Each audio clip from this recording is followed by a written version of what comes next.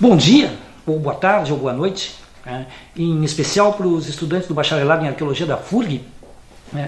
Como vocês sabem, não é nada extraordinário, nós estamos em quarentena. Nós estamos enfrentando algo absolutamente novo, desconhecido para a nossa geração, pelo menos as gerações que nasceram depois da Segunda Guerra Mundial. Nunca havíamos vivido algo dessa dimensão. E podemos concordar, inclusive, que estamos no início. Nós não sabemos exatamente o que vai acontecer daqui para frente. A gente cria cenários aí na cabeça, mas são especulações diante de dados que vão sendo acumulados. Isso nos levou a uma situação inusitada, a situação de nós termos suspensão de aulas. É a primeira vez, desde que eu ingressei como professor em universidade, que enfrento algo assim.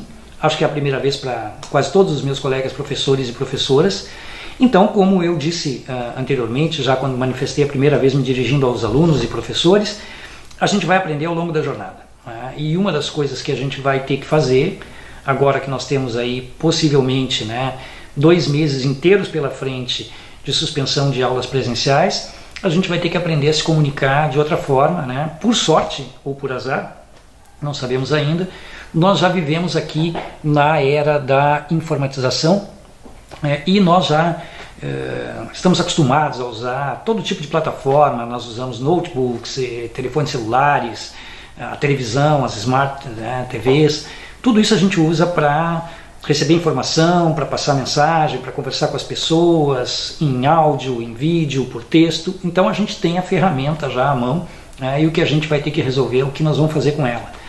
Uma das coisas que a gente pode fazer é ter esses encontros não presenciais, entre eu e você que estiver assistindo, de forma que eu possa, de alguma maneira, contribuir para que a gente atravesse melhor essa jornada, e a forma que eu encontrei é essa. E eu vou começar pelos conteúdos de uma das disciplinas que a gente estaria trabalhando nesse momento, se não tivesse ocorrido a suspensão das aulas, que se chama Arqueologia do Mundo Antigo. É uma disciplina de primeiro semestre. Ela é voltada especificamente para você, estudante que acabou de ingressar no curso. Lamentavelmente nós tivemos 2 semanas de aula, sendo que numa dessas semanas foi basicamente recepção a vocês para mostrar a universidade, o curso, as instalações. E quando nós íamos começar as aulas, tivemos 1 ou 2 encontros, nós fomos então atropelados pela realidade. E pensando nisso, eu preparei então um roteiro, esse é o primeiro vídeo, um roteiro de vídeos curtos que vocês possam assistir e se manter de alguma forma conectados com o curso que escolheram, mesmo que à distância.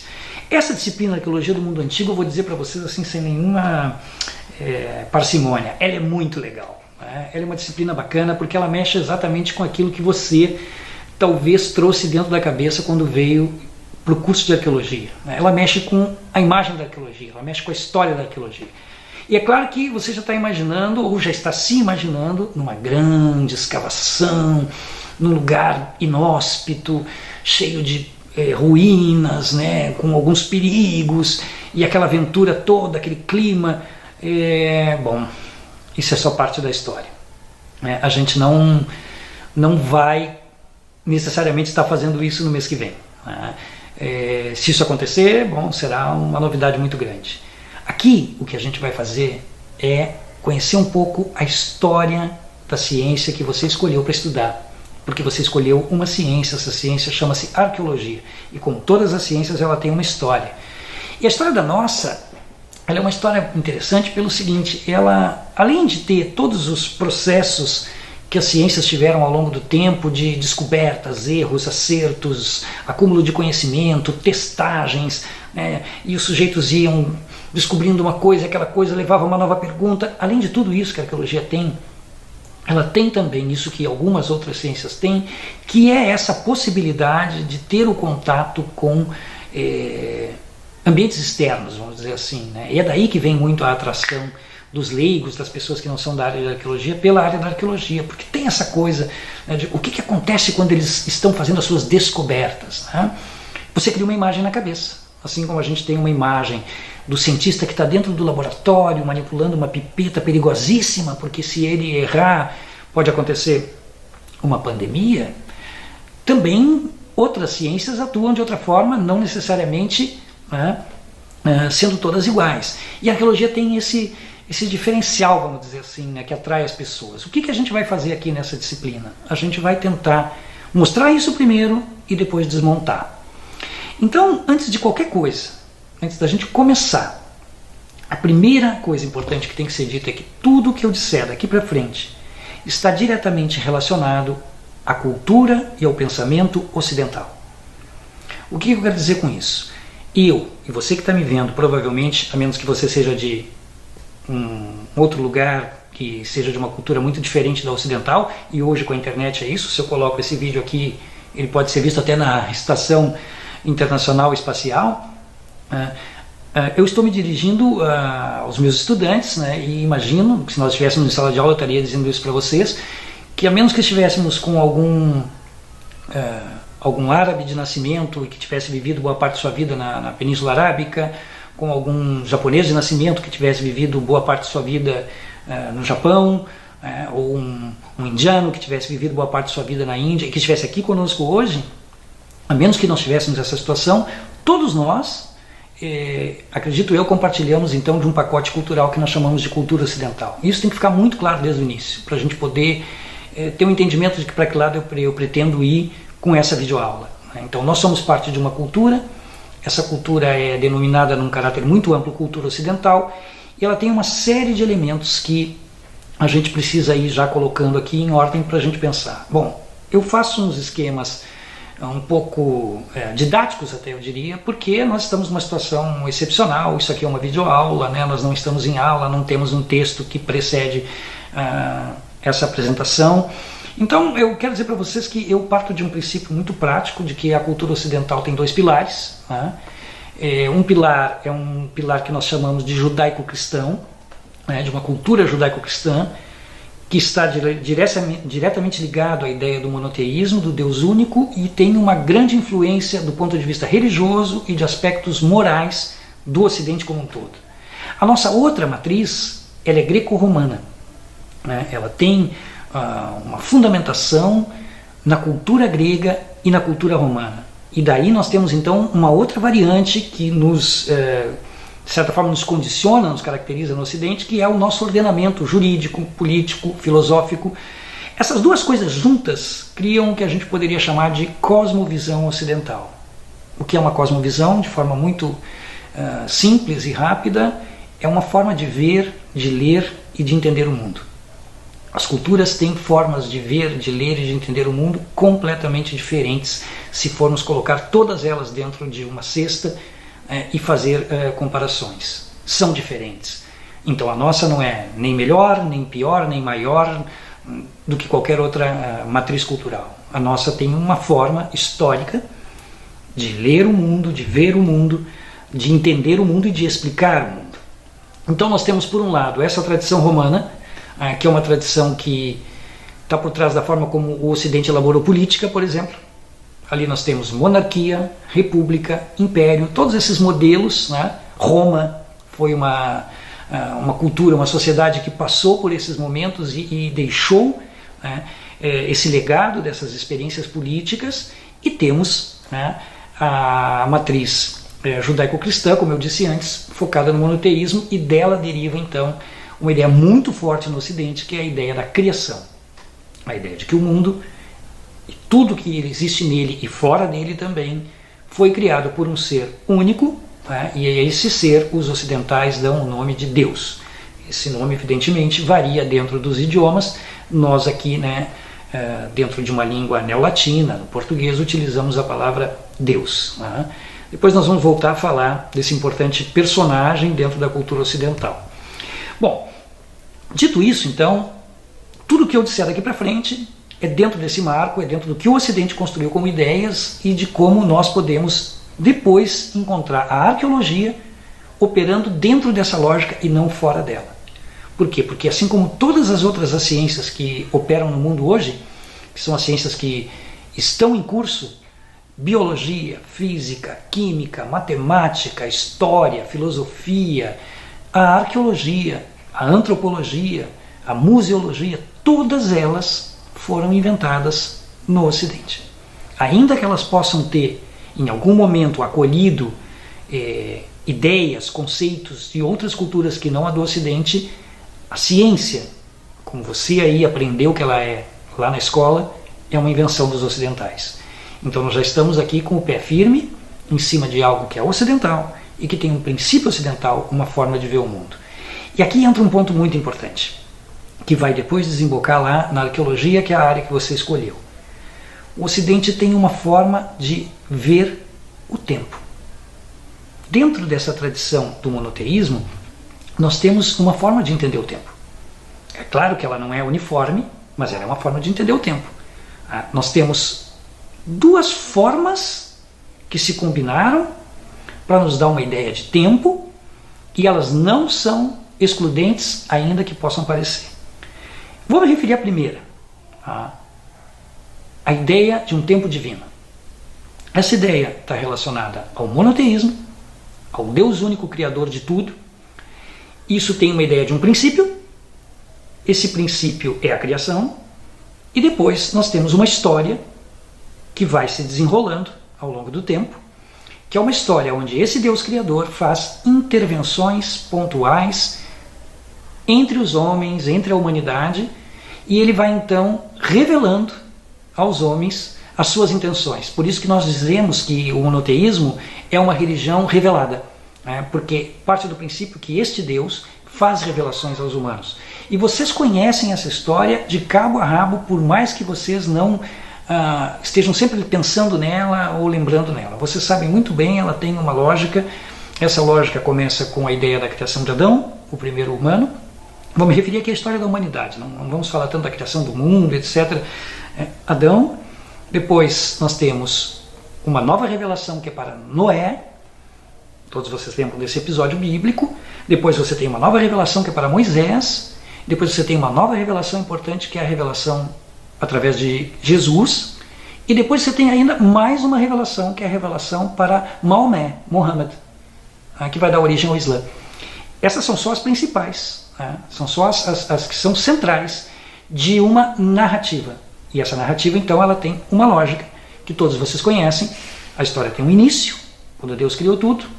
Ele revela como Ele quer que os humanos vivam. Os humanos nem sempre o respeitam, porque Ele mesmo os dotou de livre-arbítrio. E ela tem um fim. Ela tem um fim que, na verdade, é como um recomeço. Vocês também conhecem isso. É a ideia de que, antes do final dos tempos, haverá um julgamento, o juízo final. E, realizado esse julgamento, escolhidos aqueles que foram contemplados, com o direito de passar a nova era, nós vamos ter então uma nova era de total paz para sempre, essa também com um tempo indefinido. Um ponto importante, apesar dessa história ter um início, um meio e um fim, ela não tem marcador temporal. A gente não sabe quando foi esse início, em termos de contagem do tempo. A gente não sabe em que parte da história nós estamos agora, e a gente não sabe quando será esse final. Então também não sabemos como é a ideia de tempo para depois desse final, ou seja, a tal da nova era que virá depois.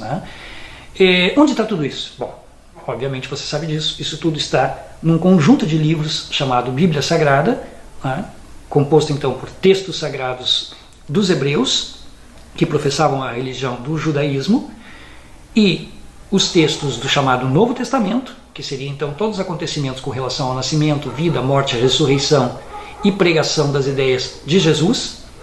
E depois temos ainda o Alcorão, o Corão, que é o conjunto de textos do islamismo, fundamentado nas revelações que foram feitas a Maomé. Esse é, digamos, o grande pacote de informações que a humanidade herdou para que essa história se consolidasse.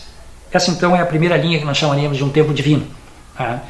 Ele é um tempo que é exclusividade de Deus, não compete aos homens saber detalhes maiores dessa contagem de tempo. O que os homens fazem é colocar essa história dentro da sua contagem de tempo. Então nós podemos chamar aqui de um segundo tempo, que é o tempo histórico, só para usar um conceito básico. E aí você também aprendeu isso lá na escola, em algum momento, a divisão da história em 5 períodos, ou 5 etapas, ou 5 eras. A pré-história, a antiguidade, a Idade Média, a Idade Moderna e a Idade Contemporânea, aquela na qual nós, em tese, nos encontramos. Essa é uma história de tempo linear, Nós ocidentais adotamos a contagem romana, dos anos, meses, semanas, dias romanos, com um marcador que misturou então as duas narrativas, né, que é o marcador do nascimento de Jesus, que então nos coloca um tempo depois desse nascimento e um tempo antes desse nascimento. E assim criamos uma ideia de tempo linear, que tem um marco temporal no meio, que permite numericamente contar para trás e numericamente contar para frente, né, do ponto de vista matemático de que é infinita essa contagem, né? Ela não tem um limite de representação numérica. Bom, o que isso significa? Que você tem duas narrativas que não são excludentes porque elas se complementam na medida em que a narrativa histórica que dividiu a história em períodos, que organizou, que ordenou, que foi trabalho de ciência, que foi trabalho de historiadores, ela foi depois sofreu, né, um pouco essa possibilidade de encaixar a narrativa sem um tempo definido, a narrativa bíblica. Por quê? Porque exercícios feitos através da leitura bíblica permitiram identificar momentos e tentar de alguma forma então datar quando aconteceu, quando aqueles episódios históricos aconteceram.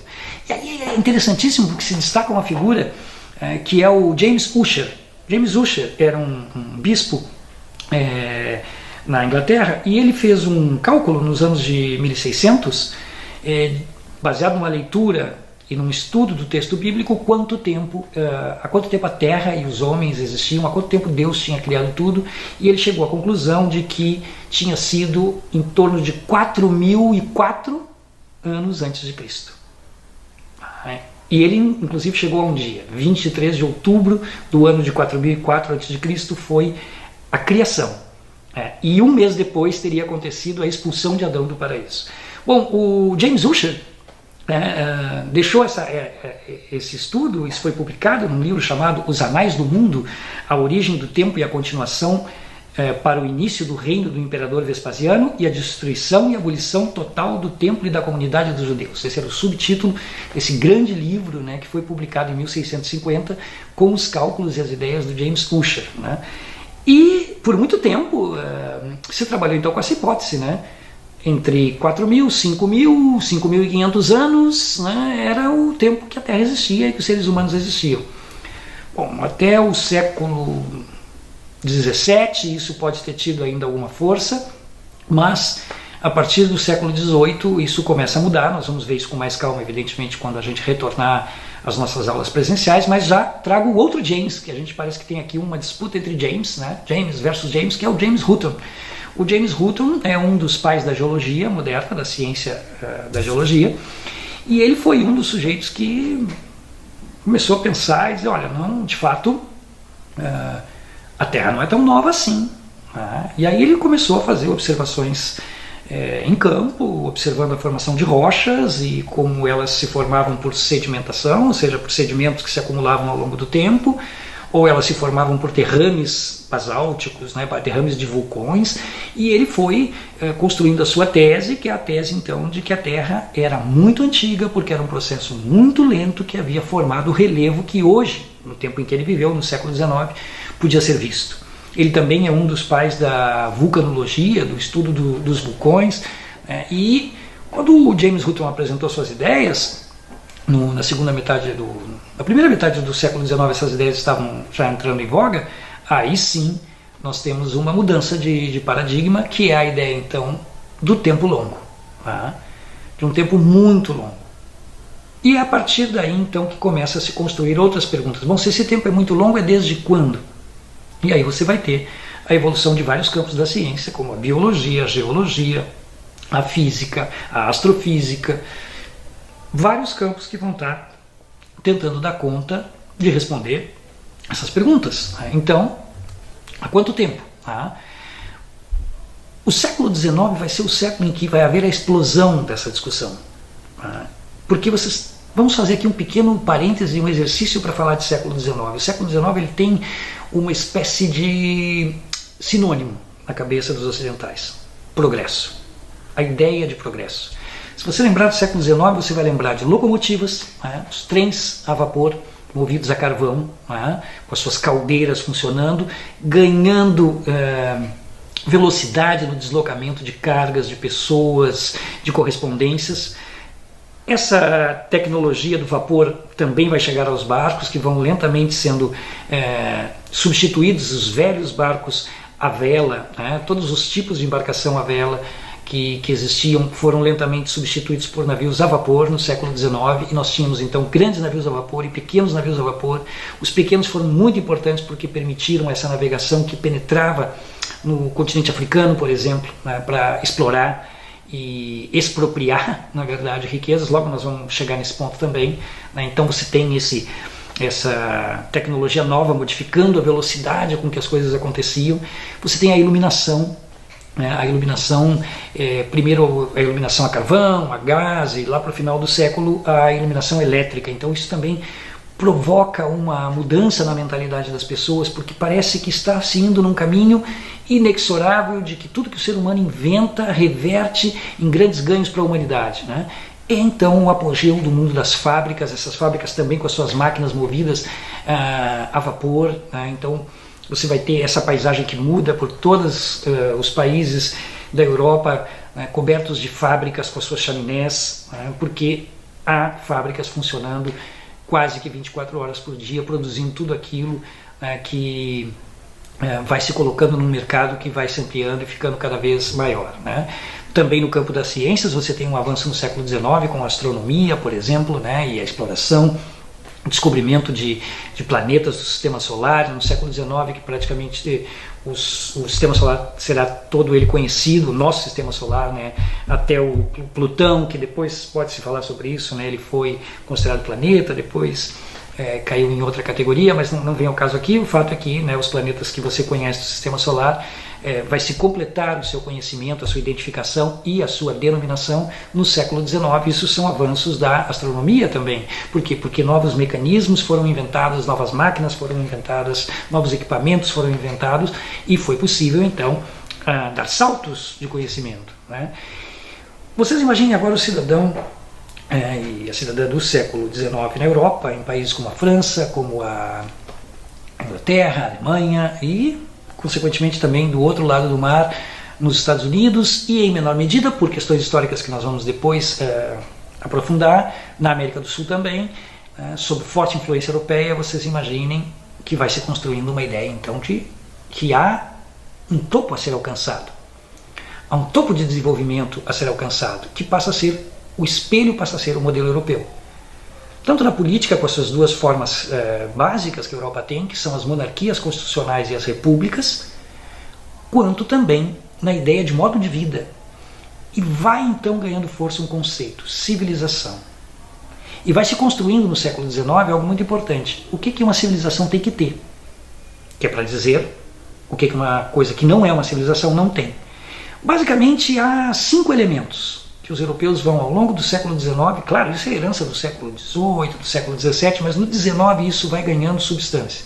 5 elementos: governo formal, escrita, legislação, escrita ou não, mas práticas de legislação, de aplicação de lei, urbanismo, e junto ao urbanismo, então, um quarto elemento, né, junto com o urbanismo, que é a arquitetura monumental, ou seja, ter templos, palácios, tumbas, né, cidades monumentais, ou seja, não de grande vulto arquitetônico, e tecnologia desenvolvida.